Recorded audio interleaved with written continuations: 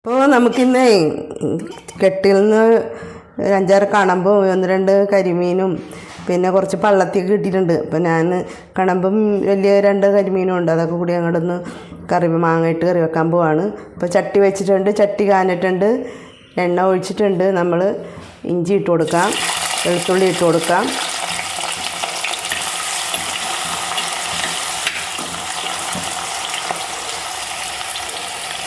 ചുമന്നുള്ളി ഇട്ട് കൊടുക്കാം. എല്ലാം ആവശ്യത്തിന് എടുത്തിട്ടുണ്ട്.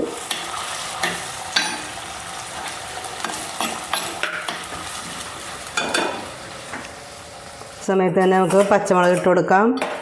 ഒപ്പം കറിക്ക് ആവശ്യമായ ഉപ്പും കൂടി ഇട്ട് കൊടുക്കാം. നന്നായിട്ട് വാടട്ടെ. ഇഞ്ചിയും ഉള്ളിയും എല്ലാം ഒന്ന് വാടിയിട്ടുണ്ട്. നമുക്ക് ഈ സമയത്ത് പൊടികൾ ഇട്ട് കൊടുക്കാം.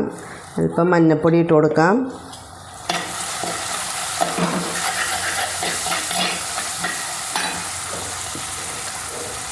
മല്ലിപ്പൊടി ഇട്ട് കൊടുക്കാം,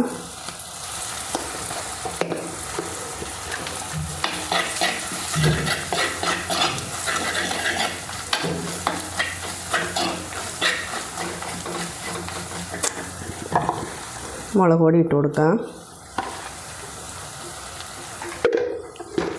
ഇതൊന്ന് നന്നായിട്ടൊന്ന് റെഡിയാകട്ടെ.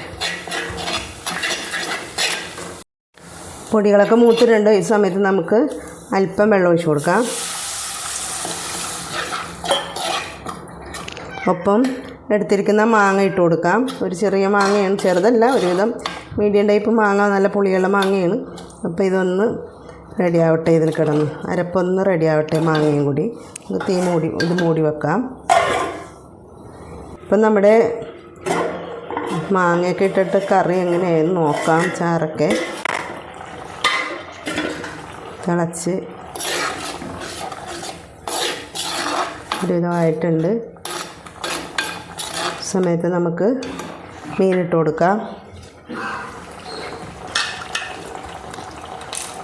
2 കരിമീനും ഉണ്ട്, ഒരു 5-6 കണമ്പും ഉണ്ട്. ചെറിയ ടൈപ്പ് കണമ്പാണ്.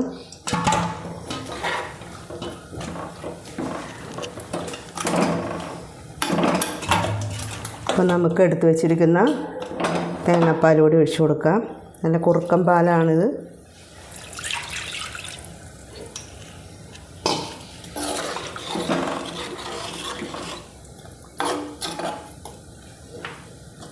നന്നായിട്ട് തിളച്ച് ഒരു 10 മിനിറ്റ് ഇതിൽ കിടന്ന് റെഡിയാക്കി. അപ്പോൾ നമുക്ക് കറി നോക്കാം. തിളച്ച് ചെറുതീയിൽ ഞാനൊരു 10 മിനിറ്റോളം ഇട്ടിരുന്നു. വലിയ വേവില്ലാത്ത മീനാണ്, ചെറിയ ടൈപ്പ് കണമ്പ് 2 കരിമീനുമാണ് ഉള്ളത്. അപ്പോൾ നമുക്ക് ഇത്ര മതി. ഇനി ഇരിക്കുന്നതോറും ചാറൊന്ന് കുറുകി കിട്ടും. അപ്പം തന്നെ നല്ല കുറുക്കാണ്. എണ്ണയൊക്കെ തിരിട്ടുണ്ട്. ഈ സമയത്ത് നമുക്ക് 2 തണ്ട് കറിവേപ്പില കൂടി ഇട്ട് കൊടുക്കാം.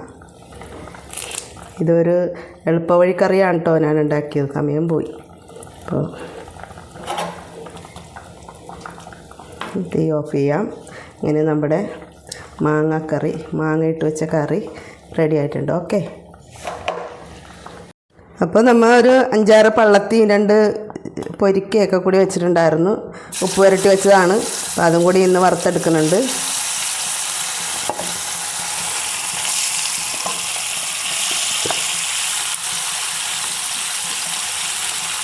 ചെറിയ ടൈപ്പ് പള്ളത്തിയും 1-2 മീനും ഉണ്ട്. ഇതും കൂടി ഒന്ന് വറുത്തെടുക്കുന്നുണ്ട്.